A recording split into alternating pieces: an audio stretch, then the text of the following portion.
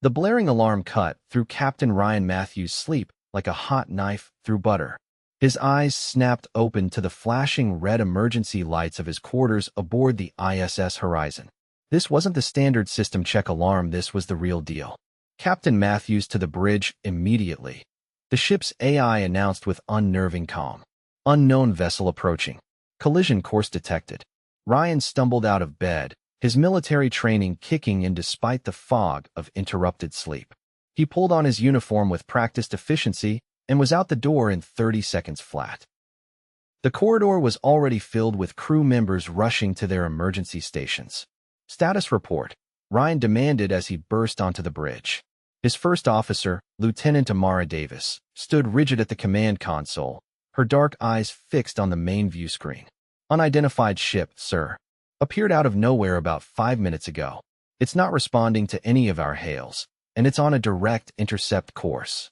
Ryan moved to stand beside her, studying the strange vessel on the screen. It was unlike any ship he'd ever seen. No visible propulsion system, no recognizable design elements. The surface seemed to shift and ripple like liquid metal. Any weapon signatures? He asked, automatically assessing the threat level. None that our sensors can detect, but Amara hesitated. There's something else. The ship is emitting some kind of energy field that's interfering with our engines. We can't move. Ryan felt a cold trickle of sweat down his spine. The Horizon was a research vessel, not a warship. They were equipped for scientific exploration, not combat. How long until impact? At current speed, 3 minutes, sir. Ryan pressed the ship-wide comm button. All hands, brace for possible impact. This is not a drill. Security teams to airlocks. Medical teams, stand by. He turned to his communications officer. Keep trying all frequencies. Send message packets in every known language, including the Andromedan diplomatic protocols. The bridge crew worked frantically, the tension thick enough to cut with a knife. Ryan watched the approaching vessel with growing unease. There was something profoundly wrong about it, something that triggered a primal fear response he couldn't explain. 1 minute to intercept, Amara reported, her voice steady despite the circumstances. Ryan gripped the edge of the command console. All hands, brace for. He never finished the sentence. A blinding white light engulfed the bridge, and Ryan felt himself being pulled apart at the molecular level. There was no pain, just a profound sense of displacement as his consciousness stretched and compressed. When the light faded, he was no longer on the horizon. Ryan found himself standing in a vast circular chamber. The walls, floor, and ceiling were made of the same strange rippling material as the alien ship. The air was breathable, but had an odd metallic tang that made his tongue tingle. He was alone. "Hello," he called out, his voice echoing strangely in the chamber. "I am Captain Ryan Matthews of the International Spaceship Horizon. We are on a peaceful research mission." A section of the wall in front of him began to bulge outward, forming a shape that gradually resolved into a humanoid figure. It was tall, at least 7 feet, with 4 arms and skin that shimmered with the same liquid metal appearance as the walls. Its face was vaguely human-like, but lacked a nose, and where eyes should be, there were 3 horizontal slits that pulsed with blue light. "Human," the creature said, its voice resonating directly in Ryan's mind rather than through the air. "You are the first we have encountered directly. Previous observations have been insufficient." Ryan stood his ground, though every instinct screamed at him to run. "What have you done with my ship? My crew? They are suspended. Time does not pass for them while you are here." The alien's head tilted at an unnatural angle. "I am Scorn, Third Inquisitor of the Valakian Consensus. You will provide information. I'm happy to share information in a peaceful exchange," Ryan said carefully, falling back on his diplomatic training. "But I need to know my crew is safe." Scorn made a gesture with one of its upper arms, and a portion of the wall became transparent. Through it, Ryan could see the horizon frozen in space, surrounded by a pale blue energy field. "They are unharmed," Scorn said. "For now." "What do you want to know?" Ryan asked, relieved to see his ship intact. "We have studied your transmissions, your visual entertainment, your historical records." Scorn moved closer, its liquid metal skin rippling with each movement. "We are particularly interested in a concept we have identified in your species. You call it torture. Ryan felt his blood run cold. Torture is not something we promote or endorse. It's considered a crime against humanity. Yet you depict it extensively in your entertainment. You have historical records of its use. It seems significant to your species. Scorn circled Ryan slowly. We wish to understand its purpose, its function. It doesn't have a legitimate function, Ryan insisted. It's an abuse of power, a violation of basic rights. Civilized societies have outlawed it. Scorn stopped directly in front of Ryan. Yet you fear it. Your body chemistry changes at its mention. Heart rate increases. Stress hormones release. Ryan realized with growing horror what was happening. Are you planning to torture me for information? Because I assure you, I'll tell you whatever you want to know without that. A sound emanated from Scorn that might have been laughter. No, human. You misunderstand. We do not wish to torture you. We wish for you to torture us. Of all the scenarios Ryan had prepared for in his years of space exploration, this was not one of them. He stared at Scorn, certain he had misheard. You want me to torture you? He repeated incredulously. Yes. Scorn's skin rippled with what might have been excitement. The Valakian nervous system is fundamentally different from yours. We experience sensations differently. What you call pain is merely information to us. We wish to understand why your species fears it so much, why you use it as a tool of control. Ryan shook his head. I'm not going to torture you. I wouldn't even know how to torture your species. And even if I did, it goes against everything I believe in. Scorn's head tilted again. Perhaps you misunderstand. This is not a request.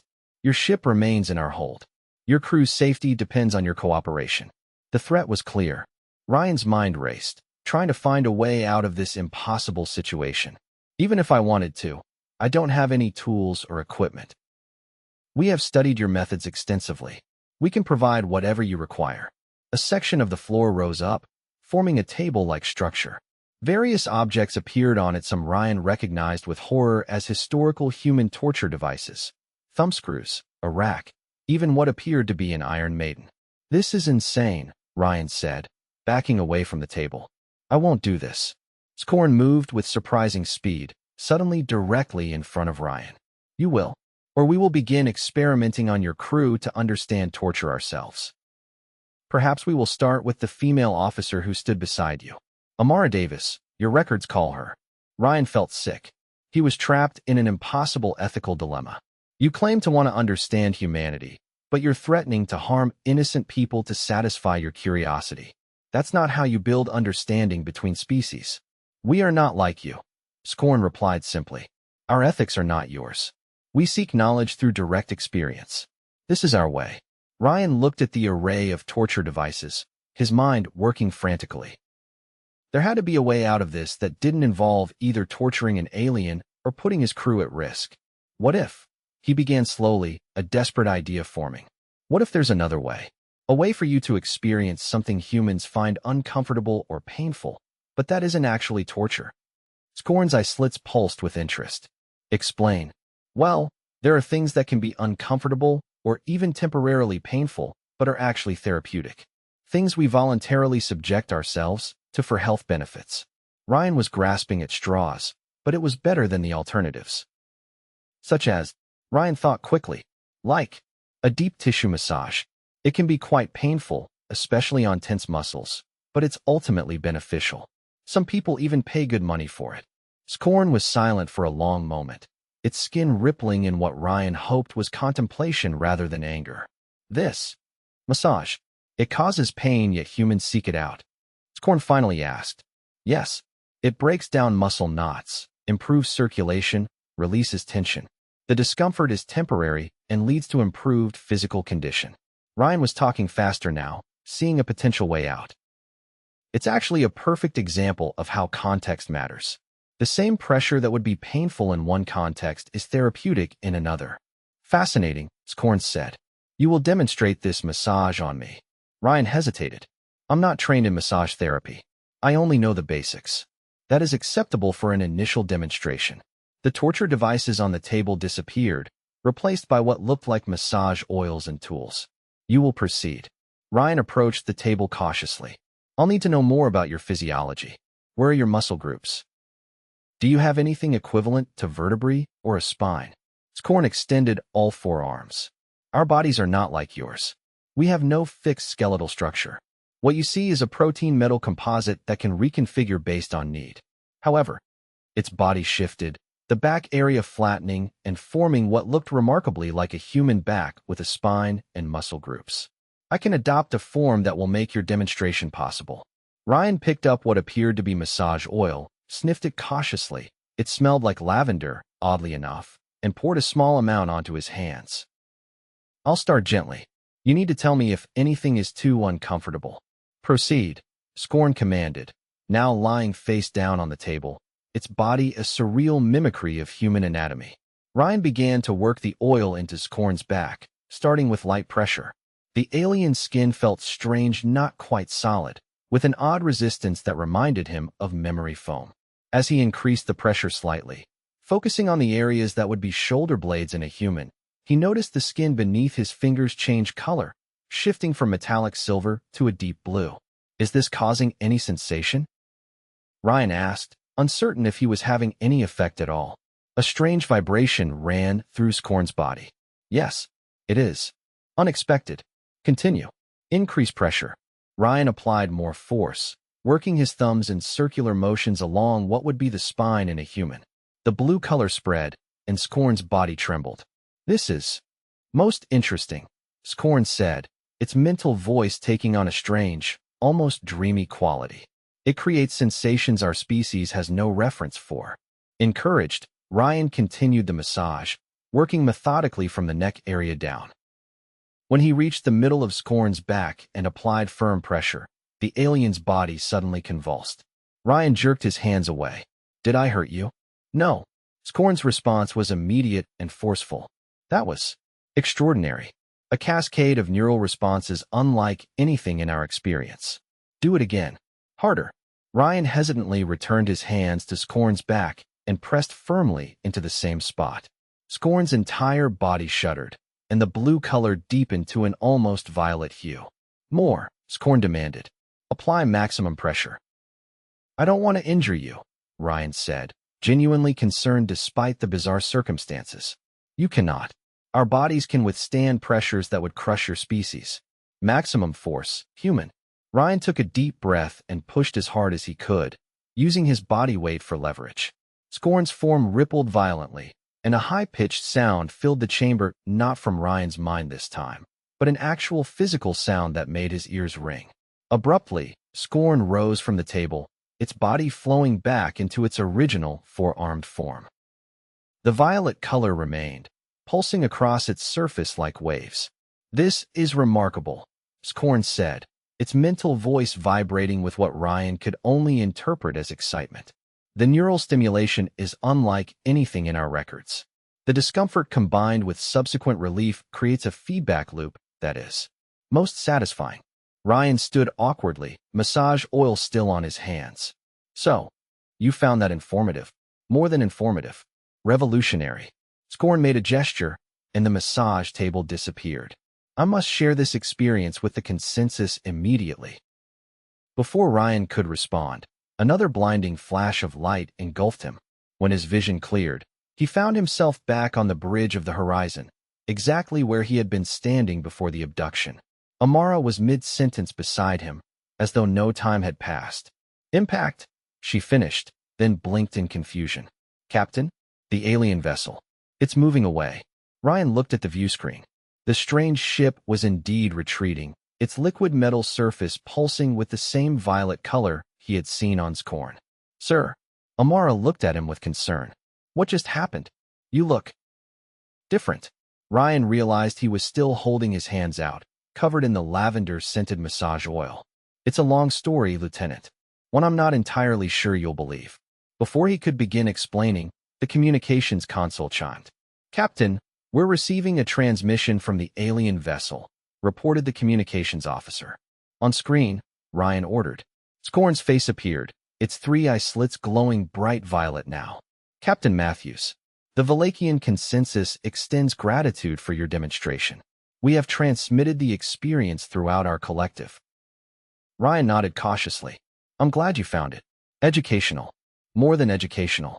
Transformative. Scorn's liquid metal face rippled. We had misunderstood your species. What you call massage has revealed a complexity to human sensory experience we had not anticipated. Does this mean you're no longer interested in torture? Ryan asked hopefully. Correct. We have found something far more fascinating. This therapeutic discomfort, as you described it, has immense potential for our species. Scorn paused. We wish to establish formal relations with humanity. To explore this concept further, Ryan exchanged a glance with Amara, whose expression made it clear she had absolutely no idea what was happening. I'm not authorized to establish formal diplomatic relations, but I can certainly relay your request to Earth authorities. Acceptable. We will withdraw to a non-threatening distance and await further communication. Scorn's head tilted in what Ryan now recognized as curiosity. One final question, Captain Matthews. In your cultural database, we found references to something called a spa day. Is this related to the massage experience? Despite everything, Ryan found himself smiling. Yes, actually. It's a more comprehensive version of what we just did. Fascinating. We look forward to learning more. With that, the transmission ended, and the alien ship retreated to the edge of their sensor range. The bridge was silent for a long moment before Amara finally spoke. Captain, would you mind explaining what just happened? And why your hands are covered in? Is that massage oil? Ryan looked at his oil-covered hands, and then at the stunned faces of his bridge crew. Well, it seems I've just established first contact with an advanced alien species through the diplomatic application of a back rub. Amara's eyebrows shot up. A back rub, sir? Yes, Lieutenant. Ryan shook his head, still processing the absurdity of it all. It appears that what started as a potential torture device in their understanding has become the foundation for interspecies relations. Should I include that in my report to command? Amara asked, a hint of a smile tugging at her lips. Absolutely. Every detail. Ryan wiped his hands on his uniform pants. I want a full senior staff meeting in 30 minutes. We need to prepare for whatever comes next. As the bridge crew returned to their stations, Ryan stared at the alien ship hovering at the edge of their sensor range. What had begun as a terrifying first contact scenario had somehow transformed into something else entirely.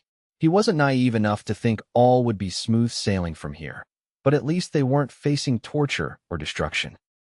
6 months later, Ryan stood in the newly constructed Valakian embassy on Earth, watching as human massage therapists demonstrated various techniques to a group of fascinated Valakian diplomats.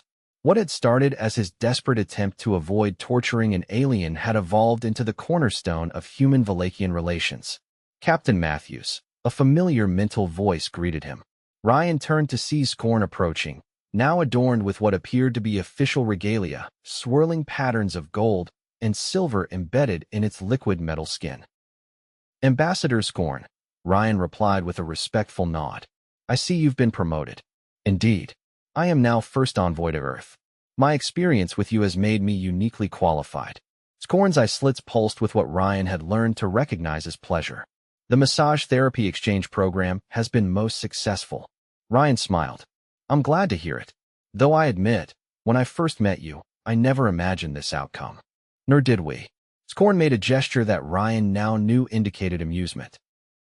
Our initial research led us to believe that physical contact between species would primarily be violent in nature. Your innovation changed our understanding completely. Ryan watched as a human therapist demonstrated reflexology on one of Scorn's colleagues, the alien's skin rippling with violet pleasure. It's strange to think that what began as a misunderstanding about torture has led to this. Not so strange, Scorn replied. In studying your history further, we have found that many of your greatest discoveries and connections came from misunderstandings or accidents. A diplomatic aide approached, informing Ryan that the Secretary General was ready for their meeting. As Ryan prepared to leave, Scorn extended one of its upper arms. Before you go, Captain Matthews, I wish to inform you that the consensus has approved the Joint Research Station. Your ship, the Horizon, will be the first to dock with our science vessel next month. Ryan couldn't help but feel proud. The Joint Research Station had been his proposal, a place where humans and Valakians could work together, sharing knowledge and technology. That's excellent news, Ambassador. My crew will be thrilled. There is one more thing. Scorn's voice took on a more serious tone. We have continued our study of human sensory experiences. We have discovered something called a hot stone massage that we are most eager to explore. Is this truly as intense as your records suggest? Ryan laughed. It's quite popular, yes. I'll arrange for a demonstration at our next cultural exchange. As he walked away to meet with the Secretary General, Ryan reflected on the bizarre chain of events that had led to this moment.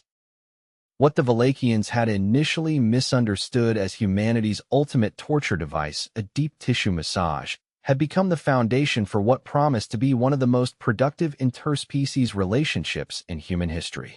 Back on the horizon a month later, Ryan sat in his ready room, reviewing the final preparations for their rendezvous with the Valakian science vessel. A chime at his door interrupted his thoughts. "Enter," he called. Amara stepped in, carrying a datapad. "Final crew manifest for your approval, sir." And Dr. Shin wanted me to confirm that the massage therapy suite has been fully equipped according to Valakian specifications. Ryan signed off on the manifest. "Tell him it looks good, though I'm still not entirely comfortable with the enhanced pressure equipment they requested. Are we sure it's safe for our therapists to operate?" Dr. Chin assures me the exo-assist frames will prevent any strain on our people. Amara hesitated. "Sir, permission to speak freely?" "Always, Lieutenant. Did you ever imagine, when that ship first appeared on our sensors, that we'd end up here?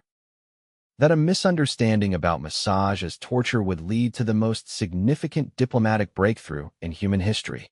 Ryan leaned back in his chair. "Not in a million years. But it makes a certain kind of sense, doesn't it? The Valakians experience sensations completely differently than we do. What feels painful to us can be pleasurable to them, and vice versa. It's a perfect metaphor for cultural understanding, recognizing that the same experience can be interpreted in wildly different ways. It's just funny that of all the possible first contact scenarios, ours involved you giving an alien a back rub," Amara said with a smile. Ryan chuckled. "Well, the universe has a strange sense of humor. And speaking of strange, have you seen the latest request from the Valakian cultural attaché? They want to explore something called cupping therapy next." Amara's eyes widened. "The one where they put heated cups on your back to create suction? That's going to be interesting." "Indeed." Apparently, they're fascinated by the concept of temporary controlled skin damage for therapeutic purposes. Ryan shook his head in amazement. To them, it sounds like the height of voluntary torture. And yet they're eager to try it, Amara noted. "That's what I find most remarkable about them," Ryan said. "Their willingness to experience things from our perspective, even when it seems counterintuitive to them. There's a lesson in that for all of us." The ship's AI announced that they were approaching the rendezvous coordinates. Ryan and Amara headed to the bridge, ready to begin the next chapter of this unexpected journey. As the massive Valakian science vessel came into view, its liquid metal hull now adorned with symbols of cooperation and exchange, Ryan couldn't help but marvel at the strange path that had brought them here. What had begun as a terrifying abduction and a threat of torture had transformed into something profound. The massage that Ryan had desperately offered as an alternative to inflicting pain had opened doors to understanding that might otherwise have remained closed for generations. "Valakian vessel hailing us, Captain," the communications officer reported. On screen, Ryan ordered. Scorn appeared, now bearing even more elaborate markings denoting its elevated status. "Captain Matthews, the consensus welcomes the horizon. We are prepared to begin our joint scientific endeavors." "We're looking forward to it, Ambassador," Ryan replied sincerely. As the first order of business, Scorn continued, "Our medical exchange team is particularly eager to discuss something we have discovered in your databases called acupuncture. The concept of inserting needles for therapeutic benefit is most intriguing to us." Ryan exchanged an amused glance with Amara. "We'll be happy to demonstrate, Ambassador. Though I should warn you, it might not be as intense as the deep tissue massage you've grown fond of." "We shall see, Captain Matthews. After all, what your species considers a torture device and what it considers therapy continues to fascinate us." Scorn's skin rippled with what Ryan now recognized as anticipation. Perhaps one day we will fully understand the line between the two. As the horizon docked with the Valakian vessel, Ryan reflected that perhaps that line between pain and therapy between misunderstanding and connection was exactly what made interspecies relations so challenging and so rewarding. What had begun as the Valakians' misconception of a back massage as humanity's ultimate torture device had evolved into something neither species could have predicted, a foundation for genuine understanding across the vast gulf of biological and cultural difference. And in that understanding lay the promise of a future neither humans nor Valakians could have achieved alone, all because of a nice back massage that wasn't torture after all.